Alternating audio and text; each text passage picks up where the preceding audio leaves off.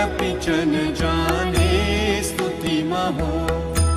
न चाह्वानं ध्यानं तदपि च न जाने स्तुतिकथाः।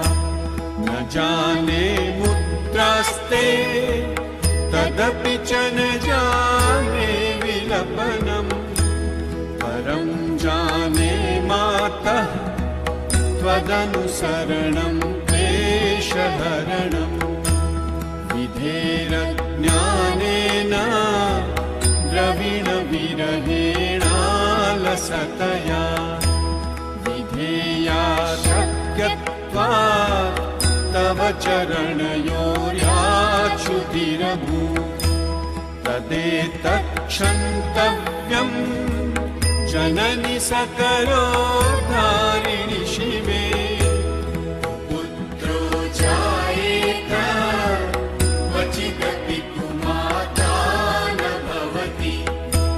पृथिव्यां पुत्रास्ते जननि बहवः सन्ति सरलाः। परं तेषां मध्ये विरलतरलोऽहं तव सुतः। मदीयोऽयं त्यागः समुचितमिदं नो तव शिवे। पुत्रो जायेत क्वचिदपि कुमाता न भवति। जगन्मातर्मातः तव चरणसेवा न रचिता। न वा दत्तं देवी द्रविणमपि भूयस्तव मया। तथापि त्वं स्नेहं मयि निरुपमं यत्र कुरुषे। पुत्रो जायेत क्वचिदपि कुमाता न भवति। परित्यक्ता देवा विविधविधसेवाकुलतया मया पञ्चाशीते रधिकमपनीते तु वयसि। इदानीं चिन्मातः तव यदि कृपा नापि भविता। निरालम्बो लम्बो गरजननिकं यामि शरणम्। श्वपाको जल्पाको भवति मधुपाकोपमगिरा। निरातङ्को रङ्को विहरति चिरं कोटिकनकैः। तवापर्णे कर्णे विशति मनुवर्णे फलमिदम्। जनः को जानीते जननि जपनीयं जपविधौ। चिताभस्मालेपो गरलमशनं विपटधरो। जटाधारी कण्ठे भुजगपतिहारी पशुपतिः। कपाली भूतेशो भजति जगदीशैकपदवीम्।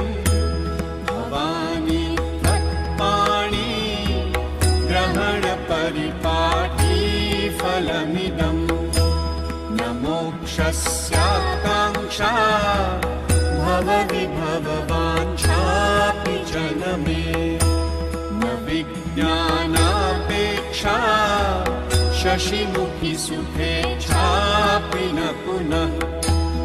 अतस्त्वां संयाचे जननि जननं यातु मम वै।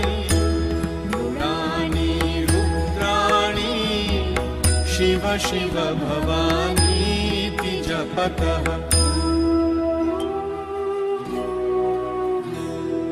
नाराधितासि विधिना विविधोपचारै। किं वृक्षचिन्तनपरैर्न कृतं वचोभिः। श्यामे त्वमेव यदि किञ्चन मय्यनाथे। तत्से कृपा परं तवैव